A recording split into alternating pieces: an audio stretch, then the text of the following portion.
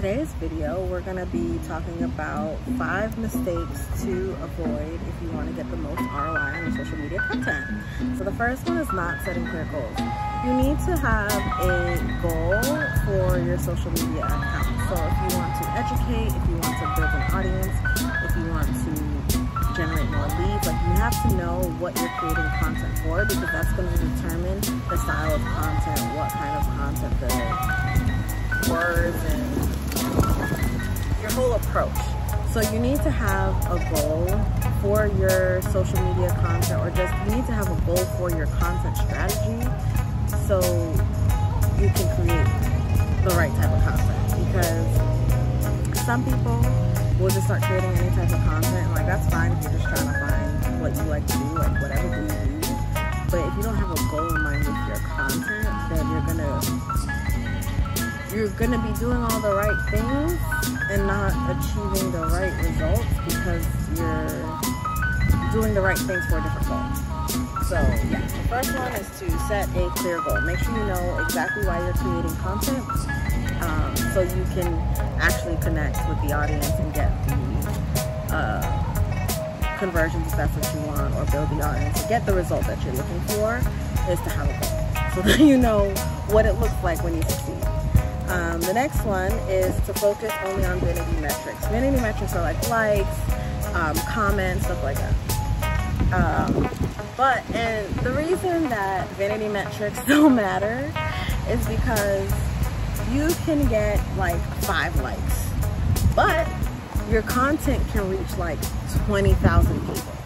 So is it better to get the 5 likes because, you know, liking a post or whatever is so mindless that, like, is that better, or is it better to get the exposure of thousands of accounts? So instead of focusing on vanity metrics like likes and comments, you want to focus on accounts reached, your audience demographics, engagement. So is your audience actually engaging with your content? Are they commenting? Are they leaving thoughtful comments?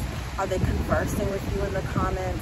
Those are the kind of things you want to be focused on, as opposed to how many likes did you get, how many comments. Like, the number doesn't matter as long as your audience is communicating with you, giving you feedback. It's more of a dialogue as opposed to, let me just make this content and you do something with it. Like, it's a dialogue. So make sure you also keep that in mind, to have your content should encourage dialogue with your audience. Number 3, not using any analytical tools. Now, I made this mistake for a long time because I'm like, oh, I'll know what it looks like when I get the numbers that I want. Big mistake. Because if you don't use analytics, you miss out on an opportunity to refine your current strategy to be more aligned with your target audience. So what I found is, before, I would make the content that it came from a really selfish place. I would make content and just expect, like, this, you take what I give you, and without having a solid content strategy, without using analytical tools, it was hard to meet my audience where they were at. So it was hard to connect with them because I wasn't thinking about what they would want to consume. I wasn't thinking about, like, is this engaging? I wasn't thinking about, is this engaging? Is this, content worth viewing or whatever? It was more like, this is what I feel like creating, engage with it. And that's the wrong approach to have. The right approach is to create what you want to create, but also keep it aligned to what your audience target is.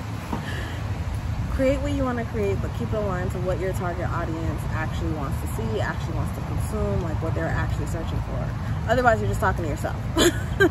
So you can attract the audience as long as you're meeting them where they're at. So that's next step. And which brings us to the last one, which is not adjusting your strategy based on the data from all of these analytics. So if you notice that your audience is mostly searching for instance, my target audience is people that are interested in content marketing, digital marketing, business owners, entrepreneurs that are looking to that are looking to create or build or improve their online presence, whether it's through a website, content strategy, all of that. That's my target audience. Or just content creators, other entrepreneurs, anybody like that likes the content. We do digital marketing, productivity, self-development. All my content is probably going to be around those, under those 3 topic umbrellas. So I have to refine my content strategy and my content topics to attract that type of audience. So, which means that I have to make sure that the things that I talk about in my videos are things that my target audience will be searching, would be interested in learning about, would be interested in talking about. Because if I just talked about the things that I liked, you would just be like, shut up. So I have to make sure that the things that I want to talk about I have to make sure that the things that I want to talk about are useful for you. So yeah, that's kind of why you want to make sure you're checking your analytics, because you can also find other topics that you are adjacent to what you want to talk about, but they're actually more insightful, they provide more depth, and it's what your customers are, or your audience are searching for. So it's also good to track analytics, because you can also get different content pillars from learning about, like, what are they searching that gets them to your site or to your YouTube or whatever.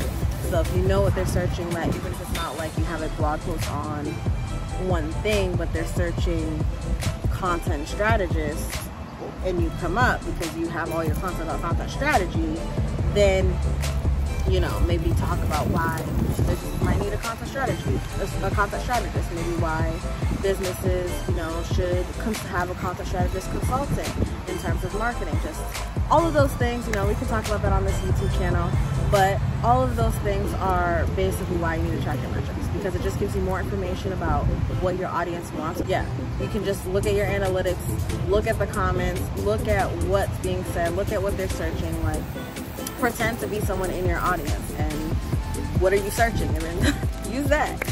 So yeah, so those are the tips on making sure you get your ROI out of your social media content creation. Now, we all know content creation is a process, so I want to make sure that you are getting the most out of the time that you put into content creation and digital marketing. So let me know in the comments below if you're guilty of any of these faux pas, or if there's any questions you have or anything else you want to know. But until next time, I'll see you in the next one. Bye!